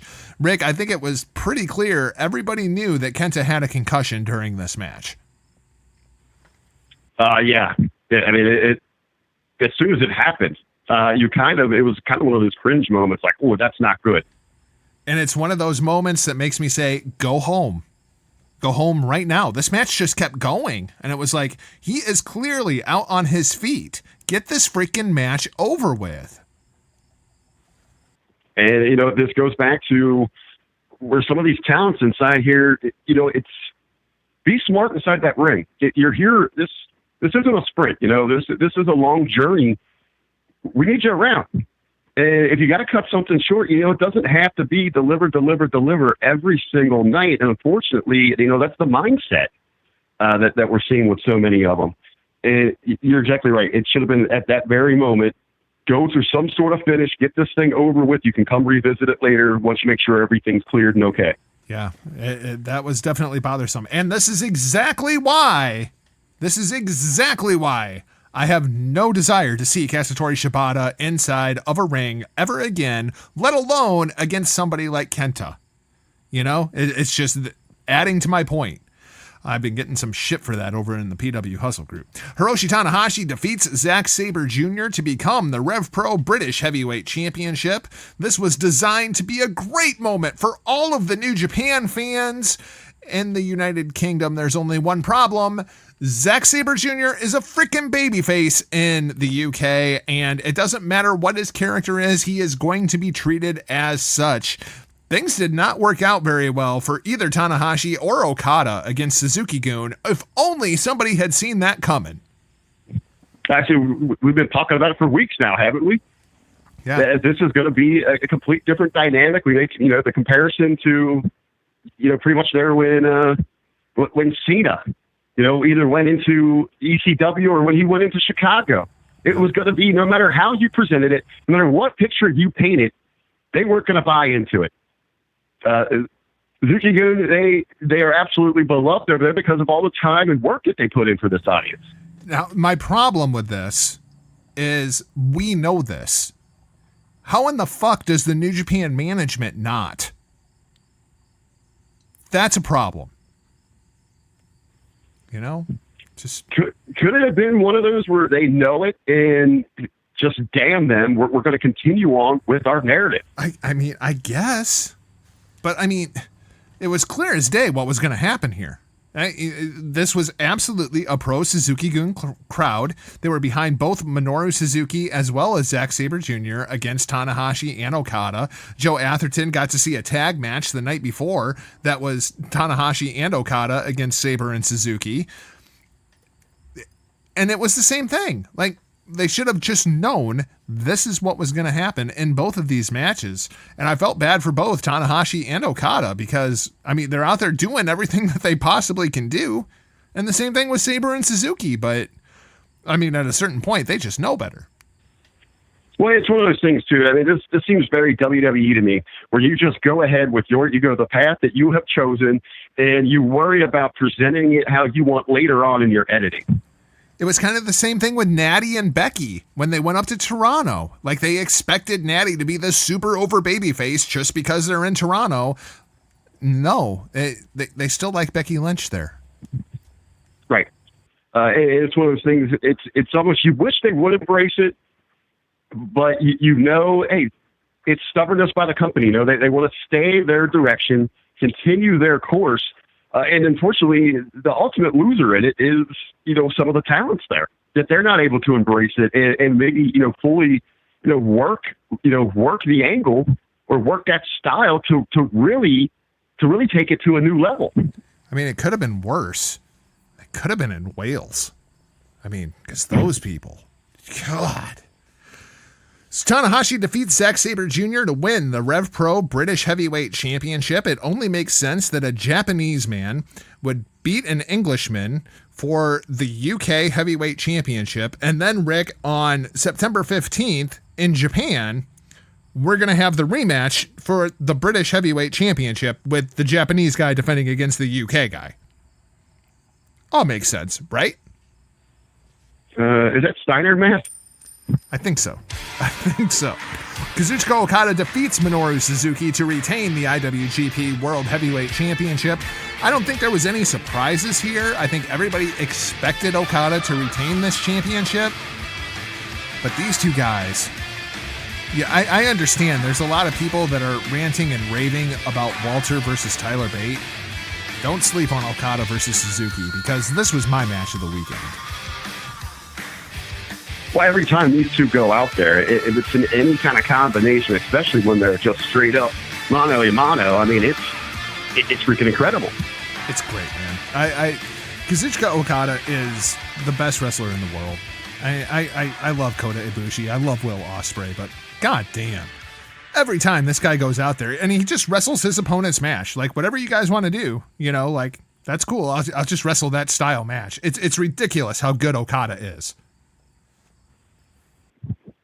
All thanks to you, Mr. Russo. Yeah. Damn it. I hate having to admit that, but damn it. Yeah. Props to you, Vince. So we had some big New Japan announcements this morning. Tanahashi is going to take on Zack Sabre Jr. on September 15th. A sub-main event on that show is Tomohiro Ishii and Yoshihashi challenging the Gorillas of Destiny for the IWGP Tag Team Championships. What the hell, man? Ishii and Yoshihashi? Hey, something new, right? I can't even imagine those two guys liking one another. I know they're both in Chaos, but come on. It just seems weird. September 16th, we're going to see Kota Ibushi versus Kenta with the Wrestle Kingdom contract on the line. Rick, I absolutely expect Ibushi to win this match, and assuming that Kenta is healthy, I assume he'll be ready to go for this match, but this is going to be another one of those hold your breath kind of things, isn't it? Absolutely. And as you said, if he's going to be ready to go, I hope that they go into this thing with extreme caution. Yeah. I mean, if there's any questions, hold this thing off, because what we're going to get in this style, you're exactly right. It could be terrifying. Yeah, I mean, it's not like Kota Ibushi's finishing move is a knee to your freaking skull. If you have concussion symptoms, that could be an issue. Will Ospreay and Robbie Eagles going to take on El Phantasmo and Taija Ishimori for the junior tag team titles. Told you this match was going to happen again. This time the belt's on the line. Are we going to see Will 2 belts? Oh, man, do you think they're going to try to start really letting him shine after kind of getting disrespected by the PWI? I'm kind of confused by this booking, to be completely honest. I like the tag team of Will Ospreay and Robbie Eagles. I like ELP and Ishimori, but I don't understand why Ospreay is chasing another junior title. It just doesn't make any sense to me. Is that a necessity that they just really don't have anything going on there and they just want to use a focus this point? You have Kota Ibushi versus Kenta on the same show. I wouldn't think that you would need Ospreay on the show in a tag match to help sell tickets, but hey, maybe I'm wrong. 9/22, you're going to have Tetsuya Naito versus Jay White for the IWGP Intercontinental Championship. Finally, Huckleberry, Jay White is positioned in the right place. Does he take down Tetsuya Naito to win the IWGP Intercontinental title? And that's going to be very interesting. You know, we've talked for a while, you know, it was out of necessity. We're talking about, you know, what was the need that Jay White kind of got slingshotted into that main event picture where we felt all along, you know, he was best suited at the Intercontinental level, let him build some real heat, some real steam, you know, over the course of a year there. It seems like they've kind of set that reset there. So hot in the G1s, coming so close there, and now kind of sliding into a position that seems perfectly suited for him right now. And it really gets you excited about the character again. And it also kind of worries me. I wouldn't be surprised if he doesn't take it. It also kind of worries me because I've been watching Naito over the course of the G1, of course, and man, it really looks like those knees are bothering him. You know, like, I wonder if this match was scheduled for Wrestle Kingdom and they're moving it up because Naito's got to go get something done. Maybe Naito needs some time off because he is just not moving like the Tetsuya Naito that we know. Well, could you potentially see, let's hurry up, let's get him off the road, let's get whatever done. If he's got to go in and get, you know, whatever needs to be fixed under the hood, get that taken care of, and then hoping that maybe, you know, because then he just disappears. You still have a champion if you make the switch, and then have him return and challenge at Wrestle Kingdom. That's kind of what I'm thinking too. Be interesting to see how that match comes out. Because I don't know, something just doesn't look right with Naito to me right now. Hiroki Goto is going to take on Shingo Takagi. So this kind of goes back to the Ospreay Eagles thing. The guy who lost Best of the Super Juniors has moved up to heavyweight and is having a matchup with Hiroki Goto, the Roman Reigns of New Japan Pro Wrestling. And the guy who won it is still inside of the junior division chasing tag titles? Like, doesn't that just seem weird? No, I think, you know, if you're looking, you know, you put a title on something that's immediately you're going to draw attention. You know, it becomes a bigger deal, even if it is the junior tag. And I think the bigger name is Will. So I think you put him in that position. This, of course, all leading up. This is the Destruction Tour. This all leading up to King of Pro Wrestling in October. We have our first match announcements for King of Pro. Kazuchika Okada defends the IWGP World Heavyweight Championship against Sonata, who got him inside of the G1. We'll see the return of Jon Moxley to New Japan Pro Wrestling, assuming that he is cleared, which everything sounds like he should be. He'll be taking on Juice Robinson for the IWGP United States Championship. And the aforementioned Will Ospreay defending the IWGP Junior Heavyweight Championship versus El Phantasmo. We could have Will 2 belts.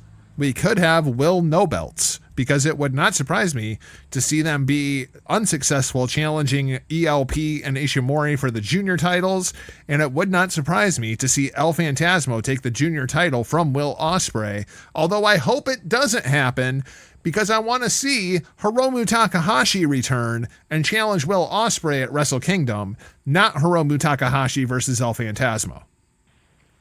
You know, we're talking about Will and going back and forth between the juniors and the heavies. I would love to see, you know, especially with Wrestle Kingdom being 2 nights, I'd love to see him be involved in 2 matches there. It wouldn't surprise me. And you know, maybe that goes back to why they're, you know, relying still so heavily on him inside of that junior division to set something up like that. You know, Will did New Japan Cup. He did the G1. He did Best of Super Juniors. He did the Super J Cup. I'm wondering if him and Robbie Eagles are going to like try to do like the junior tag league together. And then if he finds himself like another tag team partner and goes and does World Tag League, like could Will Ospreay be in legitimately every tournament in one calendar year inside of New Japan Pro Wrestling? Because I don't think that's ever been done before. I don't see how it likely would have been done before, but how incredible would that be? I mean, they're definitely putting stock in Ospreay. I know a lot of people were unhappy with his G1 run, but I think it's just a bigger story. Speaking of big tournaments, let's go ahead and throw it over to Monday Night Raw and your Monday Night Raw preview. That's right, Huckleberry. King of the Ring continues tonight on Monday Night Raw. It also continues tomorrow on SmackDown Live. we are down to the Elite Eight. Tonight on Monday Night Raw, we'll see King Ricochet, which is a spoiler, I'm going with Ricochet, to take on Samoa Joe. We also get to see a beat-up Cedric Alexander tangle with Baron Corbin. So I'm going with Ricochet versus Corbin as my final on the Monday Night Raw side. Huckleberry, who you got? I think I have to agree, and I think anybody out there would have to agree with you. This thing is being set up perfectly here. It looks like, ultimately you get that Ricochet Corbin out there just absolutely working it. If the heat's working or not, that's debatable, but, he's given it his all. And it's kind of just setting up for, a great upset on the Raw side to go to the finals for Ricochet. On the SmackDown side, we have Elias going with Mustafa Ali, and we also have Shorty G, Chad Gable, taking on Andrade Cien Almas. I'm going with Ali and Cien, which I think is going to be a fantastic SmackDown final, even if the semifinals don't look very good. I think, it's the anticipation to get to that final, two, young guns that people are very high on. It should be an exciting match. I think it's going to be interesting once we get to that SmackDown final to see what direction they go in. We've heard for so long, going back before WrestleMania, all these grand plans that they have for Ali. I mean, there was even talk, for the Saudi audience that they were going to, think about putting the championship on him. And it seems that those have kind of cooled off, but, we continue to continue to hear that they haven't given up on it. They're waiting for an opportunity. It would tie in perfectly to see him go to the finals. But when you look at how this thing would break down, do you want to go in there with two babies like that, Ricochet versus Ali? I think they're going to go in a traditional direction, which I believe is the right call, is that we're going to get Ricochet and Almas in there's Andrade in the final. I really like the matchup of Chad Gable versus Cien. I just don't think they're going to give them time to go out there and put on the match that those two guys could put on. Like if that match was happening in like NXT UK or AEW or New Japan, I would be pumped to see this matchup. Yeah, or even, if they were doing this tournament like in the traditional style where this was at like a marquee event where we didn't have to, it's not going to be, it's probably going to go under 10 minutes, and then it's probably going to have a commercial break in there. Yeah, and it's just going to take you completely out of the match. And I know those two guys could go out there and have one hell of a bar. Hopefully we're wrong here, but yeah, I just don't. I think they could go out there and kill it. I'm with you 100% on that, Jargo. I just don't think that WWE is going to do them any favors here. It's going to be something they don't think people are going to be interested in. This is something we got to get onto a bigger picture. Let's hurry up and get through this thing. I feel the same way about Ricochet and Samoa Joe. Like, I think those two guys, if they were having that match in Ring of Honor, would be incredible. But I don't trust WWE to let that match go more than 6 minutes and Ricochet rolls Samoa Joe up with a schoolboy, Well, could you imagine that if that was headlining like a takeover? Yeah, it'd be a ridiculous match, Give them 20 minutes and let them go out there and tell a damn story. That's one of my biggest problems with WWE main roster television is they are so insistent on doing these short matches that it's like these guys can't even tell a story in 6 freaking minutes. It's like they're getting through the first act. Yeah. Just doesn't click. Ricochet and Cien, that's my final as well. That you said that's what you're anticipating? Of course. Now, when we get down to that, I don't know who actually is going to claim that. We've got some of the teases there from both sides. Obviously, you've got the past gimmicks with King Ricochet.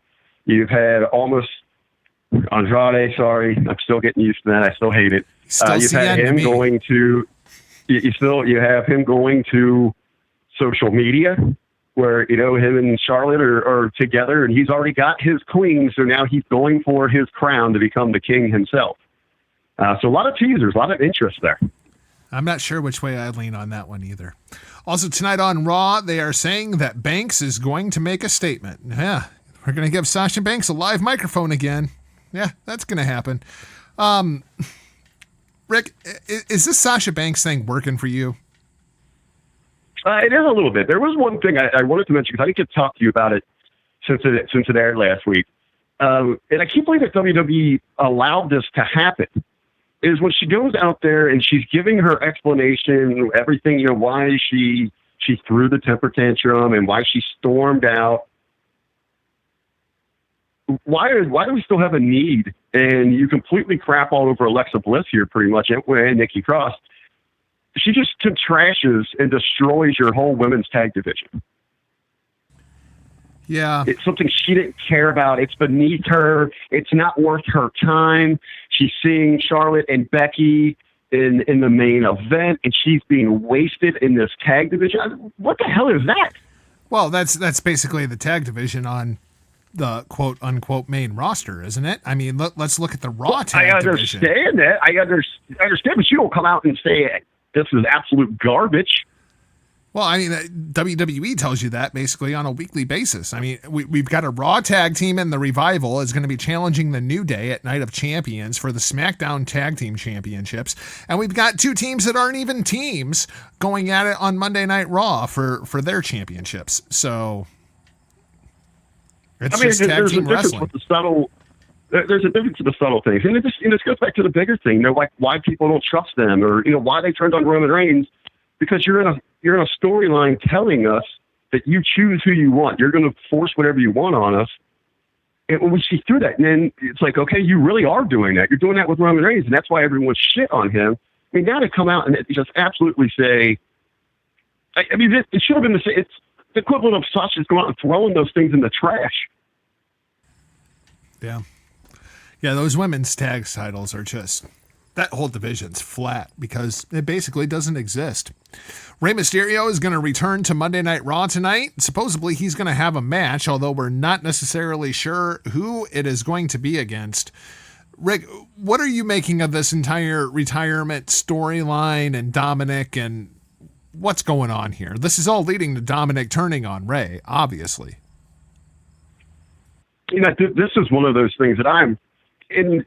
It's funny because, I'm a storyline guy. That's what I want. That's what I want to buy into. Everyone that's listening to us, that's listened to us over the last couple of years, I love bad reality television.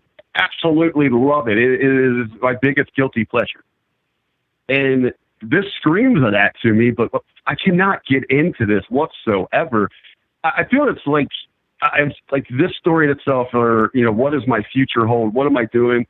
I feel like it's just being used too much right now. I feel like I'm seeing it in multiple places. One person goes through it, and right now let's slide somebody else in and start this program over again. Yeah. No. And there's a lot going on in this thing where it becomes a little bit confusing for the situation. Well, and it's like originally Samoa Joe was involved. So it all kind of made sense, that Dominic is going to go and join up with Samoa Joe. But Joe has long since moved on from Rey Mysterio. Like, I just don't necessarily see where this is going because I don't feel like Dominic, even though I know he is trained, I don't think that he's necessarily ready for Monday Night Raw against a legend and his father, Rey Mysterio. Yeah, absolutely. It's hard to get any footage of him out there. I don't know if he's had an official match yet. Yeah, I'm not sure if he has either. And you're going to put him into this kind of spotlight here.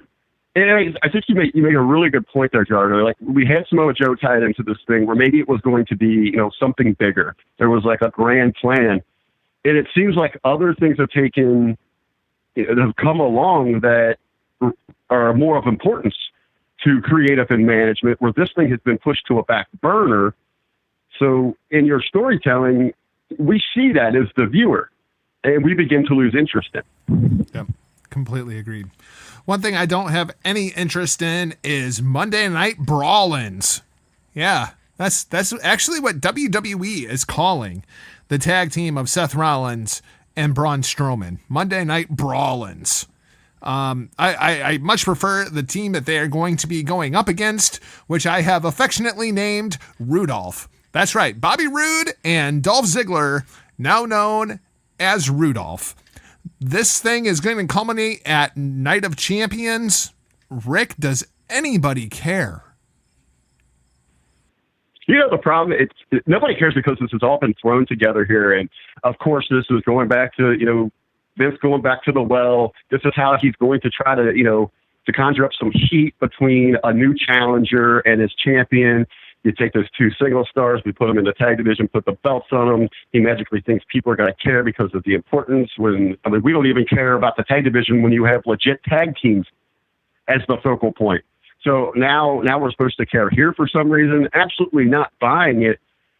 What I think is terrible in all of this is I actually would get behind, give them time to build together. I could get behind the duo of Dolph Ziggler and Bobby Roode. Call them by their name. Oh, Team Rudolph. I'm sorry. That's right. Team Rudolph. We're going to make that thing stick. I like that name a lot. Pretty proud of that one. So that's going to wrap things up. The Red Nose Tag Team. The Red Nose Tag Team. My favorite Christmas song is Teddy the Red Nose Senator. Did you ever hear that one? It's a good one. I'm going to have to go look it up. So that's going to wrap things up for this week's show. Thanks for listening. And if you haven't yet, please hit that subscribe button. Then find Huckleberry and I at whichever other platform that we are at, whether it be hittingthemarks.com or hackerhameen.podbean.com. Be sure that you check out Last Word on ProWrestling.com. Our friend Jamie over there keeping you all up to date with all the news that is news from around the world of professional wrestling. Our friends Ryan K. Bowman and Michael Melkor over at thegorillaposition.com as they tell the stories of pro wrestling storytellers. Be sure that you visit our sponsors, voicesofmisery.podbean.com and ratsaladreview.podbean.com. You can't find me across any social media platforms because I don't want to talk to people anymore. I'm sick and tired of talking to people, Rick. I had some guy ask me to sponsor him moving to the United States the other day. Yeah, well, it's no worse than all that money you sent to that prince over there in Saudi, right? Well, yeah, but he said I was going to get my own WWE show, and I got to book it. Huckleberry, how do the people find you? Thursday nights, Jargo Live, right? Yeah, you betcha. Emanating from Riyadh, Saudi Arabia. Well, we're here. We're celebrating 2 years together. We're looking forward to number 3, this crazy adventure in the world of pro wrestling podcasting and kind of what it's spun off into for us. Me personally, going from talking with you on these platforms to actually calling matches and all that, and now I am taking maybe the ultimate leap. One of the craziest things that I've ever done. I'm getting into the business of promoting professional wrestling. It looks like it's likely going to be a one-off, or it might turn into a handful of times a year. But getting into looking at promoting bar shows. So we're going to be 18 and up, a little risque, but we have dubbed it Hot Tag Wrestling. And our first show is going to come from Danny B's Lounge in Harrison, Ohio, my hometown of Harrison, Ohio. That is happening Saturday, October 26, 2019. We're getting ready to drop tickets tomorrow. We are excited. We're lining up some tremendous talent. We've already got our main event set. It's going to be MLW. That's Major League Wrestling. Casey Lennox. She's going to be making her way from Orlando to the great state of Ohio as to headline for us. She's going to be in that marquee main event, taking on one of the hottest up-and-coming stars in the independent scene. Her name is Jocelyn Navarro. It is going to be one hell of a match. We're going to fill out the card with 4 more spectacular performances. It's going to be, what we're presenting this thing is, it's like we said, it's adult. It's an adult show. It's a bar show. It's 18 and up. Not exactly ECW, but think a lot more of Shotgun Saturday Night. We're going to have a lot of personality. It's going to be a rock star atmosphere, a lot of other special attractions. It's going to be a hell of a show. I encourage everyone, if you're in the area, please make it out there. Contact me for tickets. You can hit me up on social media at The Real RBV. But even if you can't make it out, support us through social media. You can find a lot of the information at facebook.com/Hot Tag Marketing. Of course, you can search Danny B's to pick up some of the information there. We're going to be sharing it across all the platforms that we run in. It's the Hobby Media Discussion Group, the PW Hustle, the Gorilla Position Discussion Group, Last Word on Wrestling's Discussion Group. Or as I said, you can just keep up with everything at The Real RBV across all social media platforms. But it's very exciting. We're looking forward to it. We'll talk to you this weekend on the Hitting the Marks Pro Wrestling Podcast, hittingthemarks.com. For now, we're off like a prom dress. See ya! Point your fingers. Label me. I don't give up. I'll be your bad guy. Stop.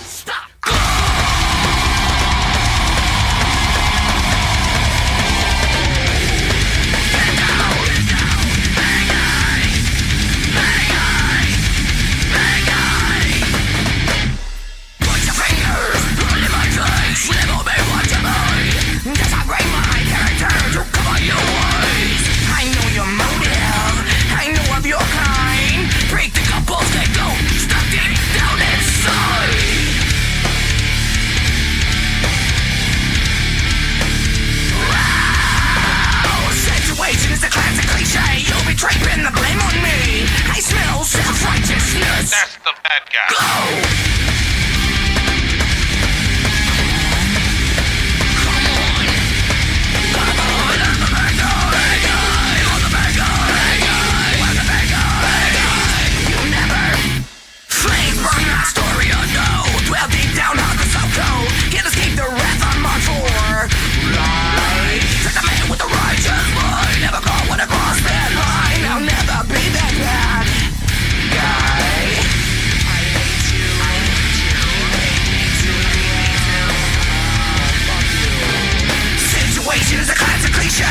Pin the blame on me. I smell self-righteousness. That's the bad guy. Go!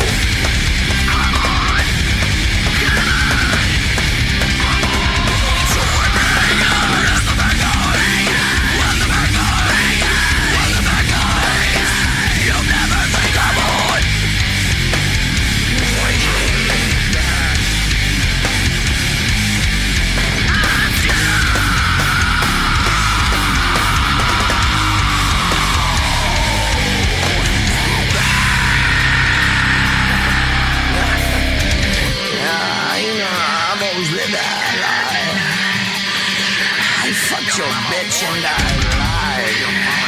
She was at home with me last night. I'll be your bad guy. You know I will be your bad guy. That's right. Violate. Motorboard.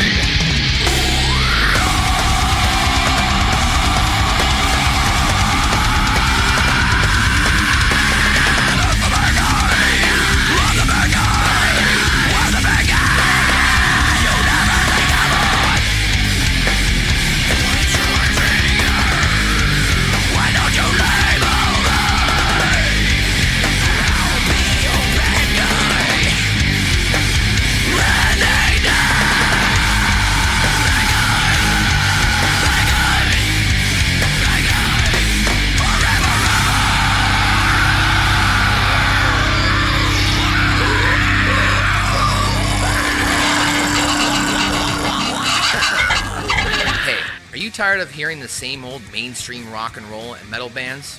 Do you like the mainstream rock and roll and metal bands? Well, guess what? Rat Salad Review talks about both, so you're in luck. Join hosts Wayne Noon, Greg Noggle, and Uncle Saxon as they discuss the latest metal and hard rock albums, as well as some trips down memory lane. Rat Salad Review also discusses the latest rock and roll and metal news, interviews, albums versus albums, contests, and whatever else is on their mind. Of course, with Uncle Saxon having the mic and a story to tell, you never know what's going to come out of his mouth. So check out ratsaladreview.com. Search Rat Salad Review on YouTube, Twitch, BitChute, iTunes, Spotify, Stitcher, and let's get metal!